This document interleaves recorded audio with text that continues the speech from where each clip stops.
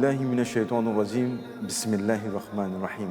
محتشم و محترم ناظرین السلام علیکم ورحمۃ اللہ وبرکاتہ۔ اس امید سے، اس توقع سے اس بزم کا آغاز کر رہے ہیں کہ اللہ رب العزت کے فضل و کرم اور تاجدار مدینہ، راحت قلب و سینہ، صاحب معطر پسینہ جناب محمد مصطفیٰ صلی اللہ تعالی وسلم کے صدقے آپ خیر و عافیت سے ہوں گے۔ ناظرین، الحمدللہ ثم الحمدللہ، رمضان کا مبارک مہینہ اپنے پورے آب و تاب سے جلوہ گر ہے، اور امید کرتے ہیں کہ ان کے اس ماہ غفران، اس ماہ ذیشان، اس ماہ قرآن کی بہاروں سے، کی فضیلتوں سے، کی برکتوں سے آپ مالا مال ہو رہے ہیں، آپ فیضیاب ہو رہے ہیں۔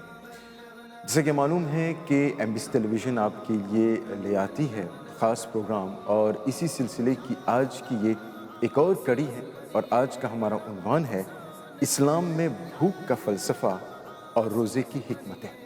جب ہم روزہ رکھتے ہیں تو اس کی حکمتیں کیا ہے، اور اسلام میں بھوکا رہنا، اس کا فلسفہ، اس کی فلسفی کیا ہے۔ آئیے ناظرین، باضابطہ مجلس کا آغاز ایک دعائیہ کلام سے کرتے ہیں۔ دعائیہ کلام کیوں؟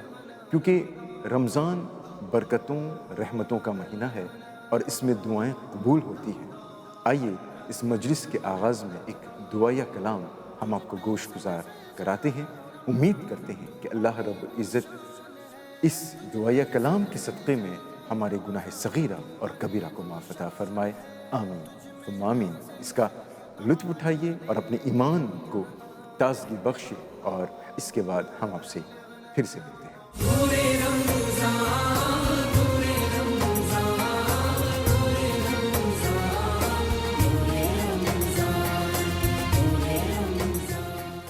اللهم بلغنا رمضان، اللهم بلغنا رمضان، اللهم بلغنا رمضان، اللهم بلغنا رمضان۔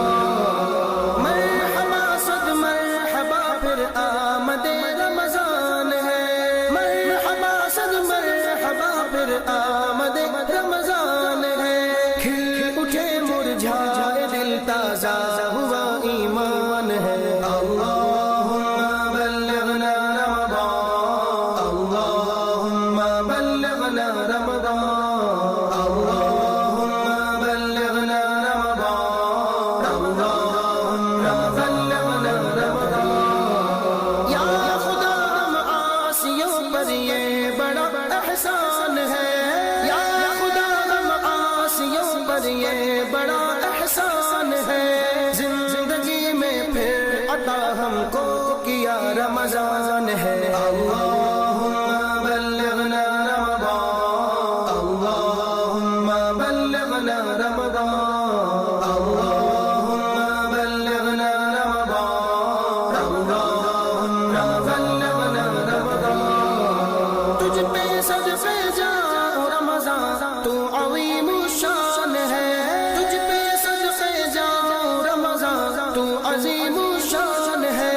تجھ میں نازل حق تعالیٰ نے کیا قرآن ہے۔ اللہم بلغنا رمضان، اللہم بلغنا رمضان، اللہم بلغنا رمضان، اللہم بلغنا رمضان۔ ابر رحمت چھا گیا ہے اور سما ہے نور نور، ابر رحمت چھا گیا ہے اور سما ہے نور نور۔ فضل رب سے مغفرت کا ہو گیا سامان ہے۔ اللہم بلغنا رمضان، اللہم بلغنا رمضان، اللہم بلغنا رمضان، اللہم بلغنا رمضان۔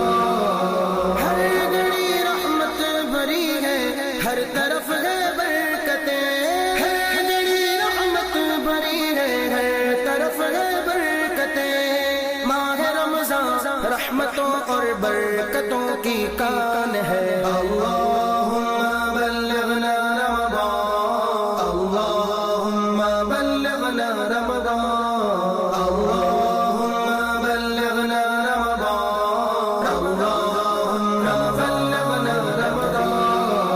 آسیوں کی مغفرت کا لے کر آیا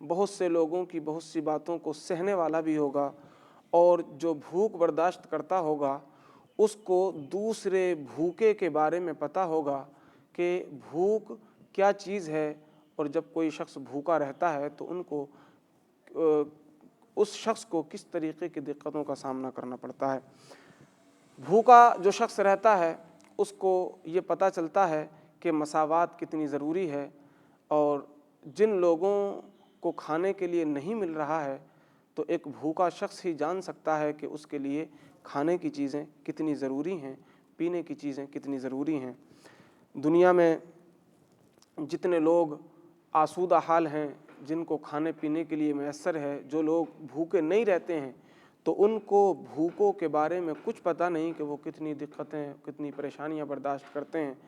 آج دنیا میں بہت سی جگہوں پر لوگ فاقے کرتے ہیں اور بھوک کی صعوبتیں سہتے ہیں، لیکن جن لوگوں نے کبھی بھوک کی صعوبت نہیں سہی ان کو نہیں معلوم کہ جو لوگ بھوکے رہتے ہیں وہ کس کرب اور کس تکلیف سے گزرتے ہیں۔ تو بھوک کے درد کو سمجھنے کے لیے بھی بھوکا رہنا ضروری ہے۔ ایک بھوکا شخص ہی سمجھ سکتا ہے کہ کسی بھوکے کی تکلیف کیا ہو سکتی ہے۔ اچھا، اگر کوئی شخص اپنی بھوک پر کنٹرول کر سکتا ہے تو اس بھوک کا ایک یہ فلسفہ بھی ہے کہ جب کوئی شخص اپنی بھوک پر کنٹرول کر سکتا ہے تو وہ اپنے نفس پر بھی قابو پا سکتا ہے۔ اگر کوئی شخص اپنی بھوک پر کنٹرول کر سکتا ہے تو وہ اپنے نفس پر بھی قابو پا سکتا ہے کہ ایک انسان کو بھوک لگی ہے، اس کا دل چاہتا ہے کہ وہ یہ چیز کھا لے، اس کے سامنے پیاس کے وقت میں ٹھنڈا شربت ہے، بھوک ہے اور کھانا، لذیذ کھانا اس کے سامنے رکھا ہوا ہے، لیکن وہ پھر بھی کنٹرول کر رہا ہے۔ تو بھوک پر کنٹرول کرنا نفس پر کنٹرول کرنا ہے۔ تو بھوک پر کنٹرول کرنے کی وجہ سے ایک شخص اپنے نفس پر کنٹرول کرنے کا عادی ہو جاتا ہے، اور سب سے بڑی چیز ہے اپنے نفس پر کنٹرول کرنا، کہ جس نے اپنے نفس پر کنٹرول کر لیا اس نے تقوی حاصل کر لیا، اس نے تقوی پا لیا۔ حضور سیدنا سرکار اعلی حضرت رضی اللہ تعالیٰ عنہ نفس کی برائی بیان کرتے ہوئے فرماتے ہیں کہ رضا نفس دشمن ہے، دم میں نہ آنا، کہاں تم نے دیکھے ہیں چند آنے والے۔ اور بھی کئی جگہ پر نفس کی برائی، نفس کی بدی کا ذکر فرماتے ہیں۔ تو نفس چونکہ انسان کو لے جاتا ہے برائیوں کی طرف، اور جس شخص نے اپنے نفس پر کنٹرول کر لیا تو وہ اس کو برائی کی طرف نہیں لے کر کے جا سکتا، پھر وہ اچھائیوں کی طرف جائے گا۔ اور جو شخص نفس پر کنٹرول کر لیتا ہے وہ متقی ہو جاتا ہے۔ اور تقوی اور پرہیزگاری یہ ایمان کی سب سے پہلی سیڑھی ہے، کیونکہ جب تک کوئی شخص متقی نہیں ہو سکتا تو وہ نہ تو نمازی ہو سکتا، نہ وہ روزے دار ہو سکتا۔ جب تک کوئی شخص متقی نہیں ہو سکتا نہ تو وہ زکوٰۃ دے سکتا، بلکہ صحیح بات تو یہ ہے کہ اس کو نہ تو قرآن کی ہدایت ملے۔ جو متقی نہیں ہو سکتا تو حقیقت یہ ہے کہ وہ صحیح معنی میں مومن بھی نہیں ہو سکتا، کیونکہ مومن بننے کے لیے سب سے پہلی سیڑھی، سب سے پہلا درجہ یہ ہے کہ اس کے دل میں تقوی ہو، اس کے دل میں خوف خدا ہو، اس کے دل میں اتقا ہو۔ اور یہ تقوی اور پرہیزگاری انسان کو بھوک اچھی طرح سے، اچھی طریقے سے سکھا دیتی ہے۔ تو بھوک کا ایک بہت بڑا فلسفہ اس کے اندر، اسلام کے اندر بھوک کو ایک عظیم اہمیت حاصل ہے کہ بھوک کے ذریعے سے انسان متقی بن جاتا ہے، پرہیزگار بن جاتا ہے، صابر بن جاتا ہے، شاکر بن جاتا ہے، اور صحیح معنی میں مکمل مومن بنتا ہے۔ اسی لیے اللہ رب العزت نے قرآن عظیم میں روزے کے تعلق سے ارشاد فرمایا کہ لعلکم تتقون،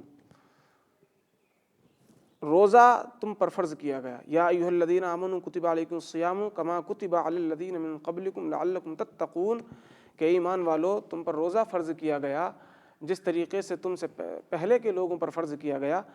اس کی وجہ کیا ہے اور اس سے تم کو کیا فائدہ حاصل ہوگا؟ تو اللہ رب العزت نے ارشاد فرمایا لعلکم تتقون، تاکہ تم متقی بن جاؤ، پرہیزگار بن جاؤ، اپنے نفس پر کنٹرول کرنے والے بن جاؤ، اللہ کی فرما برداری اور اطاعت کرنے والے بن جاؤ۔ پھر جب متقی بن جاتا ہے انسان تو پھر وہ اللہ کا پسندیدہ بھی ہو جاتا ہے، اللہ کی رضا چاہتا ہے، ہر جگہ وہ اللہ کی رضا کے کام کرتا ہے۔ تو یہ لعلکم تتقون اور بھوک کا جو فلسفہ ہے، میں نے آپ کو اس کے ذریعے سے کچھ عرض کرنے کی کوشش کی۔ تو جس کو تقوی حاصل ہو جاتا ہے اس کو ایمان حاصل ہو جاتا ہے۔ حضور اکرم صلی اللہ تعالیٰ علیہ وسلم نے بھوکا رہنے کو پسند فرمایا اور زیادہ کھانے والوں کو ناپسند فرمایا۔ حدیث پاک ہے، حضور اکرم صلی اللہ تعالیٰ علیہ وسلم ارشاد فرماتے ہیں کہ کم کھانا چاہیے، اور اگر کوئی زیادہ کھانا چاہے تو بس اتنا کر سکتا ہے کہ اپنے شکم کے، اپنے پیٹ کے 3 حصے کر لے، ایک حصے میں کھانا ہو، ایک حصے میں پانی ہو، اور ایک حصے کو خالی چھوڑ دے ہوا کے لیے۔ تو یہ بھی کم خوری بھی بھوک ہی کا ایک درجہ ہے۔ تو جو شخص اپنے آپ پر کنٹرول کر لیتا ہے اور بھوکا رہنے کی عادت ڈال لیتا ہے تو وہ کم کھانے کا بھی عادی ہو سکتا ہے، اور کم کھا کر کے بہت سی بیماریوں سے بچا جا سکتا ہے۔ تو بھوک کے ذریعے سے بہت سی بیماریوں سے بچا جا سکتا ہے۔ اب چلتے ہیں کہ اس بھوکا رہنے سے ہم کو اور کیا کیا فائدے حاصل ہوتے ہیں، اور روزہ رکھنے کے ہم کو اور دوسرے کیا کیا فائدے ملتے ہیں۔ تو جو شخص اللہ کی رضا کے لیے بھوکا رہ سکتا ہے، یعنی روزہ رکھ سکتا ہے، تو روزہ رکھنا یہ بہت سی برائیوں کو ختم کر دیتا ہے۔ اگر کوئی شخص اللہ کی رضا کے لیے بھوکا رہ رہا ہے، اس کے سامنے حلال چیز ہے، پاکیزہ چیز ہے، وہ اس سے بچ رہا ہے، تو اس کا مطلب یہ کہ اس کا اپنے نفس پر پورا کنٹرول ہے، اور وہ ہر طریقے کی بری چیز سے بچ سکتا ہے۔ جو شخص اپنی بھوک پر کنٹرول کر سکتا ہے وہ حرام مال سے بھی بچ سکتا ہے، حرام کمانے سے بھی بچ سکتا ہے، حرام کھانے سے بھی بچ سکتا ہے۔ وہ شخص جو اپنے اوپر کھانے پر، اپنی بھوک پر کنٹرول کر سکتا ہے، وہ شراب سے بھی بچ سکتا ہے، وہ نشہ آور چیزوں سے بھی بچ سکتا ہے، وہ سود جیسی بری چیزوں سے اور ایسے حرام رزق سے بھی بچ سکتا ہے جو سود وغیرہ یا جوا وغیرہ کے ذریعے سے آیا ہو، میسر سے آیا ہو، یا ربا کے ذریعے سے آیا ہو۔ تو وہ تمام حرام اشیاء، وہ تمام حرام باتیں، وہ تمام حرام کام جو انسان اپنے نفس پر کنٹرول نہیں کر پاتا اور وہ سارے حرام کام کر بیٹھتا ہے، اپنی نفسانی خواہشات پر کنٹرول نہیں کر پاتا اور وہ سارے حرام کام کر لیتا ہے، تو ایک وہ شخص کہ جو اپنی بھوک پر کنٹرول کر سکتا ہے وہ ان تمام چیزوں پر بھی کنٹرول کر سکتا ہے، وہ حرام چیزوں سے بھی بچ سکتا ہے، اور وہ نشہ آور چیزوں سے بھی بچ سکتا ہے، شراب سے بھی بچ سکتا ہے، ہر اس چیز سے بچ سکتا ہے کہ جس میں اللہ اور اس کے رسول صلی اللہ تعالیٰ علیہ وسلم کی ناراضگی ہو۔ اب روزے کے اندر ہم کو اور کیا کیا فائدے ہیں؟ تو سب سے پہلا فائدہ تو یہی ہے کہ اللہ رب العزت نے ارشاد فرمایا وبشر الصابرین، اور روزے میں صبر ہے، اور صبر کرنے والوں کے ساتھ اللہ ہے۔ تو ہمارے لیے سب سے بڑا انعام، روزے دار کے لیے سب سے بڑا انعام تو یہی ہے کہ اللہ اس کے ساتھ ہے، اور اللہ رب العزت نے ارشاد فرمایا ہے، حدیث قدسی ہے کہ روزے دار کی جزا میں خود ہوں، چونکہ روزہ میرے لیے ہے اور روزے دار کی جو جزا ہے، اس کا جو اجر ہے، میں خود ہوں۔ یعنی جو روزہ رکھے گا اللہ رب العزت کی اس کو خاص رحمتیں حاصل ہوں گی، خاص قرب اس کو حاصل ہوگا، بلکہ جنت میں اس کو دیدار بھی ہوگا انشاءاللہ۔ تو اب آئیے یہ تو ہو گیا کہ ہم کو آخرت میں اس کا اجر ملے گا، بہت اجر ملے گا، لیکن ہم دنیا میں دیکھتے ہیں کہ روزے کے کیا کیا فائدے ہو سکتے ہیں۔ تو سب سے پہلے ہم قرآن کی اس آیت سے شروع کرتے ہیں کہ اللہ رب العزت نے قرآن عظیم میں ارشاد فرمایا وَأَن تَصُومُوا خَيْرٌ لَكُمْ إِن كُنتُمْ تَعْلَمُونَ، اگر تم روزہ رکھو تو تمہارے لیے بہتر ہے اگر تم جان لو۔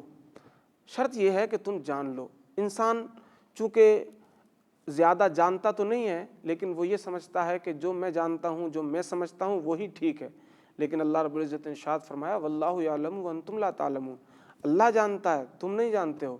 ہمارا کام تو صرف اتنا ہے کہ اللہ نے ہم کو جو حکم دیا ہم بس وہی کرتے رہیں۔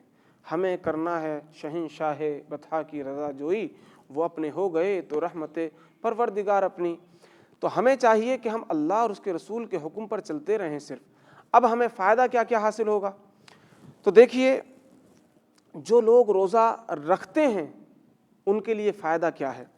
آج اگر آپ دنیا میں دیکھو تو جو بڑے بڑے امراض ہیں، بڑی بڑی ڈیسیز ہیں، وہ یہ ہیں کہ کسی کو کینسر ہوتا ہے، کسی کو بلڈ پریشر کا معاملہ ہے، کسی کو ہارٹ کا معاملہ ہے، کسی کو دماغ کا معاملہ ہے، کسی کو فیٹ کا معاملہ ہے، کسی کو کوئی بے اولاد عورت ہے تو اس کو بے اولادی کا مسئلہ ہے، کوئی ڈپریشن میں ہے. یہ بڑی بڑی بیماریاں ہیں، اور ڈاکٹرز کی ریسرچ یہ کہتی ہے کہ یہ جو جن بیماریوں کو میں نے نام لیے اور ان کے علاوہ بھی بہت سی بیماریاں صرف روزہ رکھنے کی وجہ سے ختم ہو جاتی ہیں. سبحان اللہ. روزہ ہم کو آخرت میں جو فائدہ دے گا وہ تو دے گا ہی، جہنم سے ہمارے لیے ڈھال بھی بنے گا، ہماری بخشش کا ذریعہ بھی بنے گا، اللہ رب العزت کا دیدار بھی ہم کو ملے گا، اللہ کی خاص رحمتیں ملیں گی، قرب ملے گا، ہم ریان دروازے سے داخل بھی ہوں گے، بہت سی چیزیں ہم کو آخرت میں ملیں گی. لیکن دنیا میں جو چیزیں ہم کو روزے کی برکت سے ملنے والی ہیں وہ یہ ہیں کہ اگر کسی، اور یہ تجربہ بھی ہے، میرا خود اپنا ذاتی تجربہ ہے، کہ اگر آپ کے پیٹ میں، اگر آپ کے معدے میں کچھ دقت چل رہی ہو، وقت پر آپ کو حاجت نہیں ہو یا بے وقت آپ کو حاجت آتی ہو، بار بار آپ کو جانا پڑتا ہو ٹوائلٹ وغیرہ میں، تو اگر ایسی صورت میں کوئی شخص روزہ رکھ لے تو روزے کا فائدہ یہ ہوتا ہے کہ اس کا جو نظام ہضم ہے وہ سب کچھ درست ہو جاتا ہے. سبحان اللہ. یہ حضور اکرم صلی اللہ علیہ وسلم کے صدقے میں ہمیں ایک روزہ ایک ایسی چیز ملی ہے کہ ہم کو یہ دنیا میں بھی اتنا فائدہ دیتی ہے. تو معدے کی تکلیف روزہ رکھنے کی وجہ سے ٹھیک ہو جاتی ہے. ڈاکٹرز کہتے ہیں آج شوگر کا مسئلہ ہے، ڈاکٹرز کہتے ہیں کہ شوگر بھی اس روزے کی وجہ سے ٹھیک ہو جاتی ہے. دل کا معاملہ ہے، چونکہ جب کوئی شخص روزہ رکھتا ہے تو اس کی وجہ سے خون کا جو لیول ہے وہ کچھ کم ہوتا ہے، لیکن گھبرانے کی ضرورت نہیں ہے. خون کا لیول جب کچھ کم ہوتا ہے تو دل کو پمپنگ میں آسانی ہوتی ہے اور دل ایزیلی ہمارے اس بلڈ کو پمپ کر پاتا ہے. تو جب ہمارے اس دل کو، ہمارے ہارٹ کو آسانی ملتی ہے تو اس کی وجہ سے ہمارا دل اور زیادہ مضبوط ہو جاتا ہے. روزے کی وجہ سے ڈپریشن ختم ہوتا ہے، روزے کی وجہ سے موٹاپا ختم ہوتا ہے. کچھ عورتیں جو بے اولادی کا شکار ہیں، ڈاکٹرز کی ریسرچ یہ کہتی ہے کہ عورتیں اگر صحیح سے روزہ رکھیں تو ان کی یہ بے اولادی بھی ختم ہو جائے گی. اس کی وجہ یہ ہے کہ حضور اکرم صلی اللہ تعالیٰ علیہ وسلم نے ارشاد فرمایا صوموا تصحوا. سبحان اللہ. حضور فرماتے ہیں کہ تم روزہ رکھو اور صحت مند ہو جاؤ. اگر کوئی شخص روزہ رکھتا ہے تو وہ روزہ رکھنے کی وجہ سے بہت سی بیماریوں سے چھٹکارا حاصل کر سکتا ہے اور صحت مند ہو سکتا ہے. حضور سیدنا سرکار اعلیٰ حضرت رضی اللہ تعالیٰ عنہ کا ایک واقعہ ہے. آپ فرماتے ہیں کہ ایک مرتبہ میرے خواب میں میرے والد بزرگوار تشریف لائے اور مجھ سے کہتے ہیں کہ بیٹا اس بار رمضان المبارک میں تم شدید بیمار ہو جاؤ گے، لیکن اس کی وجہ سے روزے کو نہیں چھوڑنا، اور جب تم روزہ نہیں چھوڑو گے تو روزے کی برکت سے تمہاری بیماری ختم ہو جائے گی. سبحان اللہ. حضور سیدنا سرکار اعلیٰ حضرت رضی اللہ تعالیٰ عنہ فرماتے ہیں کہ ایسا ہی ہوا. جب رمضان آیا تو مجھ کو بیماری ہوئی، میں رمضان میں بیمار تھا، لیکن بیماری کی وجہ سے میں نے روزہ نہیں چھوڑا. روزے کی برکت یہ ہوئی کہ وہ بیماری میری ختم ہو گئی، کیونکہ میرا یقین ہے حضور اکرم صلی اللہ علیہ وسلم نے ارشاد فرمایا ہے صوموا تصحوا، روزہ رکھو اور صحت یاب ہو جاؤ، شفا پالو، بیماریوں سے بچ جاؤ. تو حضور اکرم صلی اللہ تعالیٰ علیہ وسلم کا یہ فرمان بالکل صادق نظر آیا، اور حضور نے جو ارشاد فرمایا کہ روزہ رکھو تو صحت مند ہو جاؤ گے، واقعی حضور کا یہ قول اپنی جگہ پر اٹل ہے کہ حضور نے فرمایا روزہ رکھو صحت مند ہو جاؤ گے. روزے کی برکت سے اللہ رب العزت نے مجھ کو شفا عطا فرمائی. اور آج ہم جس بیماری سے سب سے زیادہ ڈرتے ہیں وہ کینسر ہے. میں ابھی آپ کو 2016 کا ایک انسیڈنٹ آپ کو بتاتا ہوں. ایک ڈاکٹر ہیں، ان کا نام ہے یوشینوری اوسومی، جو جاپان سے تعلق رکھتے ہیں. انہوں نے ایک ریسرچ کی، جس ریسرچ کی وجہ سے ان کو نوبل پرائز بھی ملا. ان کی ریسرچ کیا تھی؟ انہوں نے کہا کہ میں نے ایک ایسا ٹریٹمنٹ یا تھیریپی کہہ سکتے ہیں، میں نے ایک ایسا ٹریٹمنٹ تلاش کر لیا ہے کہ جس کی وجہ سے ہم کینسر جیسی بیماری سے بچ سکتے ہیں. کینسر آپ جانتے ہیں کتنا مہلک مرض ہے، اس کا نام سنتے ہی انسان کی روح کانپ جاتی ہے. لیکن ڈاکٹر صاحب کہتے ہیں کہ میں نے اس کا ایک ٹریٹمنٹ تلاش کر لیا ہے. ان سے پوچھا گیا کہ کیا ٹریٹمنٹ ہے، تو انہوں نے کہا کہ دیکھیے، جب ہم انسان کی باڈی کا معائنہ کرتے ہیں تو انسان کی باڈی کے اندر کچھ خلیے ہوتے ہیں، نئے خلیے آتے رہتے ہیں، پرانے خلیے ختم ہوتے رہتے ہیں، اور یہی ہے انسان کی قوت مدافعت۔ تو انسان کے نئے خلیے پرانے خلیوں کو، پرانے سیلز کو، نئے سیلز پرانے سیلز کو کھا لیتے ہیں، ان کو ختم کر دیتے ہیں۔ اگر کوئی شخص بھوکا رہتا ہے، اگر کوئی شخص پیاسا رہتا ہے اور اس کی باڈی کو کوئی غذا نہیں ملتی، تو غذا کی کمی کی وجہ سے اس کے جو سیلز ہیں اور زیادہ تیزی کے ساتھ پرانے سیلز کو کھانا شروع کر دیتے ہیں، اور جو کینسر ہے وہ بھی کچھ سیلز ہوتے ہیں۔ تو کہا کہ اگر کوئی شخص بھوکا رہتا ہے اور پیاسا رہتا ہے تو جو سیلز کینسر کے سیلز ہیں ان سیلز کو نئے سیلز کھا لیں گے، اور بھوکا پیاسا رہنے کی وجہ سے جلدی کھا لیں گے، تو بھوکے اور پیاسے رہنے کی وجہ سے اس کے کینسر میں اس کو کنٹرول مل سکتا ہے اور اس کے کینسر کا علاج ہو سکتا ہے۔ تو ان سے کہا کہ کتنی دیر بھوکا رہنا ہے؟ تو انہوں نے کہا تقریباً 12 سے 14 گھنٹے تک، 12 to 14 اور 16 آورس ہمیں بھوکا رہنا ہے۔ کہا کتنے دن؟ انہوں نے کہا 20-25 دن بھوکا رہیے۔ آپ قربان جائیے کہ جس کے بارے میں حضور اکرم صلی اللہ تعالیٰ علیہ وسلم نے ارشاد فرمایا صوموا تصحوا، کہ آپ روزہ رکھو صحت مند ہو جاؤ گے، جس کے بارے میں اللہ رب العزت نے ارشاد فرمایا وَأَن تَصُومُوا خَيْرٌ لَكُمْ، کہ تم روزہ رکھو تمہارے لیے بہتر ہے۔ آج 1500 سال کے بعد یہ بڑے بڑے ڈاکٹرز اور سائنٹسٹ بھی اس بات کو ریسرچ کے بعد مان رہے ہیں اور پوری دنیا کو بتا رہے ہیں کہ بھوکا رہنے کی وجہ سے واقعی شفا ملتی ہے اور صحت ملتی ہے۔ ہمارا اس سے یقین بھی مضبوط ہو جاتا ہے کہ حضور اکرم صلی اللہ تعالیٰ علیہ وسلم نے 1500 سال پہلے جو ارشاد فرمایا تھا کہ روزہ رکھو تو تم کو صحت ملے گی، واقعی آج ایسا ہی ہے کہ اگر کوئی روزہ رکھتا ہے تو اس کو جس طرح سے پہلے فائدہ ملتا تھا آج بھی روزے کا اس کو فائدہ مل رہا ہے، اور بڑی بڑی ڈیسیز اور بڑے بڑے مرض، بڑے بڑے امراض اور بڑی بڑی بیماریاں اس روزے کی وجہ سے ختم ہو رہی ہیں۔ تو یہ اللہ کی برکت، اللہ رب العزت نے ہم کو روزے کی برکت عطا فرمائی ہے۔ حضور اکرم صلی اللہ تعالیٰ علیہ وسلم کے قول کا، حضور کے فرمان کا یہ ہم پر فیضان ہے، حضور کے قول کی برکتیں ہیں۔ اور آخر میں یاد رکھیں کہ ہم دنیا روزہ رکھتی ہوگی صحت پانے کے لیے، بیماری سے بچنے کے لیے یا شفا پانے کے لیے، لیکن ہم تو اللہ اور اس کے رسول کی رضا کے لیے کام کرنے والے ہیں نا۔ تو ہمیں تو چاہیے کہ ہم روزہ کسی بیماری سے بچنے کے لیے نہ رکھیں، ہم تو روزہ اس لیے رکھیں کہ اللہ اور اس کے رسول راضی ہو جائیں۔ من یطع الرسول فقد اطاع اللہ، اللہ اور اس کے رسول کی اطاعت ہو جائے۔ جو شخص رسول اللہ کی اطاعت کرتا ہے وہ اللہ کی اطاعت کرتا ہے۔ کہ محمد سے وفا تو نے تو ہم تیرے ہیں، یہ جہاں چیز ہے کیا لوح و قلم تیرے ہیں۔ تو ہمیں تو حضور اکرم صلی اللہ تعالیٰ علیہ وسلم کی فرما برداری کی وجہ سے روزہ رکھنا ہے۔ اگر ہم حضور کی فرما برداری اور ان کی رضا کے لیے روزہ رکھتے ہیں تو ہمیں حضور کی فرما برداری کی وجہ سے آخرت میں تو اس کی جزا ملے گی ہی، لیکن یہ سارے فائدے، بیماریوں سے بچنا، شفا، صحت، یہ سب کچھ جو دنیا میں دوسرے لوگوں کو ملتا ہے وہ ہمیں روزے کی برکت سے، حضور کے قول کی وجہ سے سب کچھ حاصل ہو جائے گا۔ اللہ کی بارگاہ میں دعا ہے کہ اللہ پاک ہم سب کو اسلام کے اندر جو بھوک کا فلسفہ ہے اس کو اچھی طرح سے سمجھنے کی توفیق عطا فرمائے، اور اللہ پاک ہم سب کو روزے کی حکمتیں سمجھ کر روزہ رکھنے کی توفیق عطا فرمائے، اور اس کے پورے فائدے اللہ پاک ہم سب کو عطا فرمائے، دنیا اور آخرت کو ہماری بہتر بنائے۔ السلام علیکم ورحمۃ اللہ تعالی وبرکاتہ۔ يا أيها الذين آمنوا كتب عليكم الصيام كما كتب على الذين من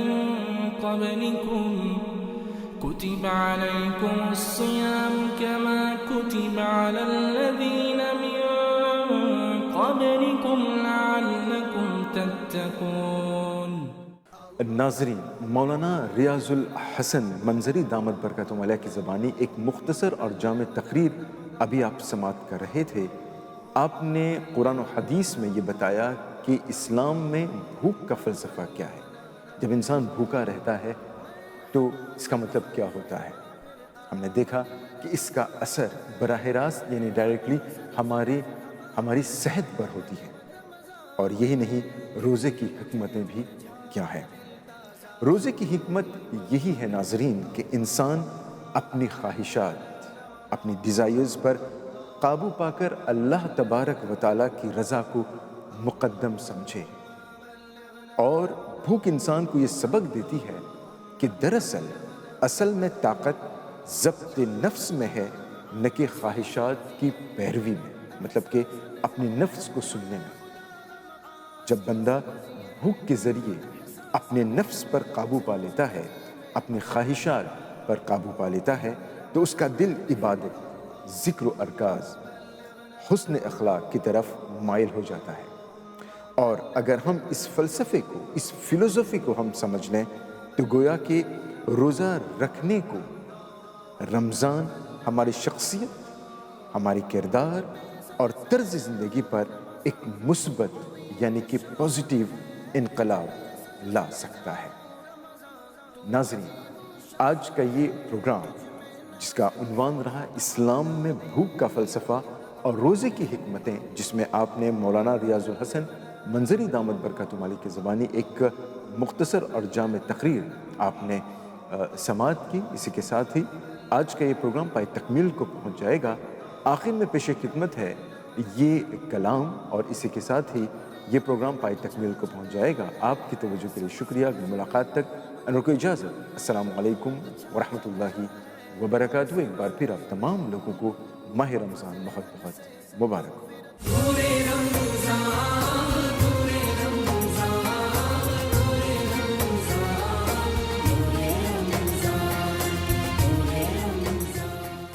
نبی نبی یا نبی نبی، نبی نبی یا نبی نبی، نبی نبی یا نبی نبی، نبی نبی یا نبی نبی۔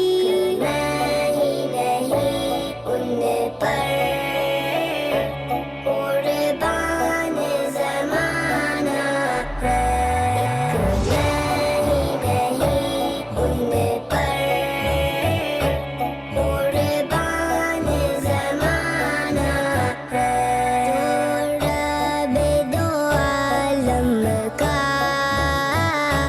محبوب یگانہ ہے، نہیں ان پر قربان نبی نبی یا نبی نبی، نبی نبی یا نبی نبی، نبی نبی یا نبی نبی، نبی نبی یا نبی نبی۔ کل پل سے ہمیں جس نے خود پار لگانا ہے، کل پل سے ہمیں جس نے خود پار لگانا ہے، زہرا کا وہ بابا ہے، حسنین کا نانا ہے، مصطفیٰ مصطفیٰ